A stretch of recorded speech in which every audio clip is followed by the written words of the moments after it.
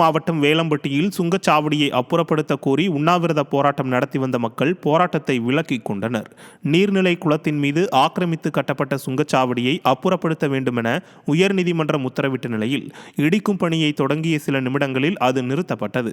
மாவட்ட ஆட்சியரின் உத்தரவு என கூறி சுங்கச்சாவடியை இடிக்கும் பணியை நிறுத்திய பொங்கலூர் வட்டார வளர்ச்சி அதிகாரியால் பொதுமக்கள் ஆவேசமடைந்தனர். இதைத் தொடர்ந்து விடிய அரசின் நடவடிக்கையை கண்டித்த பகுதி மக்கள் உண்ணாவிரத போராட்டத்தில் ஈடுபட்டனர். இந்த நிலையில் சுங்கச்சாவடியை அகற்றுவதாக விடிய அரசின் அதிகாரிகள் பல்டி அடித்து உத்தரவாதம் அளித்தனர். இதை முதலிலேயே செய்திருக்கலாமே என விடிய அரசின் அதிகாரிகளை கடிந்து கொண்ட பொதுமக்கள் தங்கள் போராட்டத்தை விலக்கிக் கொண்டனர். மாவட்ட ஆட்சியர் ஒரு 7 நாள் எங்களுக்கு அவகாசம் கொடுங்கள் என்று வாய்மொழி உத்தரவாக கேட்டதின் அடிப்படையில் இன்று நாங்கள் உண்ணாவிரத போராட்டத்தை கைவிட்டுள்ளோம்.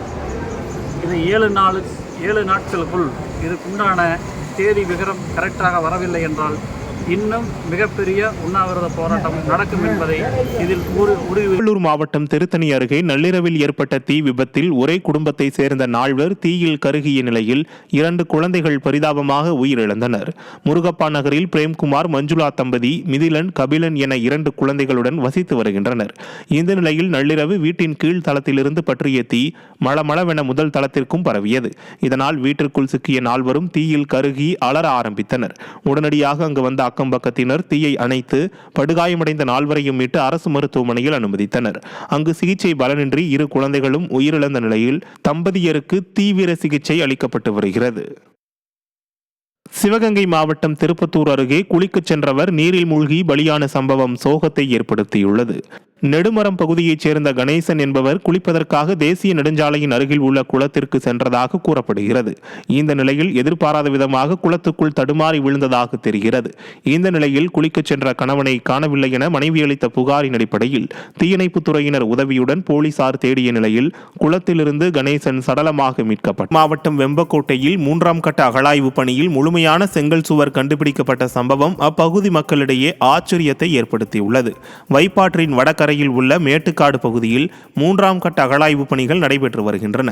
முன்னதாக அகழாய்வின் போது சிதைந்த செங்கல் சுவர் கிடைத்த நிலையில் தற்போது முழுமையான செங்கல் சுவர் கண்டுபிடிக்கப்பட்டிருப்பதால் அந்த சுவர் குடியிருப்பாகவோ அல்லது தொழிற்கூடமாகவோ இருக்கலாம் என்று ஆய்வாளர்கள் கருதுகின்றனர்.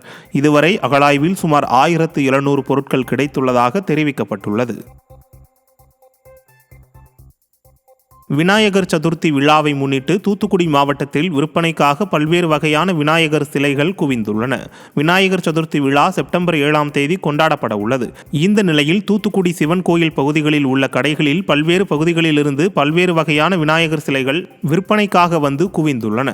மேலும் ₹5 முதல் ₹5000 வரை பல்வேறு வண்ணங்களில் விற்பனை செய்யப்படும் விநாயகர் சிலைகளை பொதுமக்கள் ஆர்வமுடன் வாங்கி செல்கின்றனர்.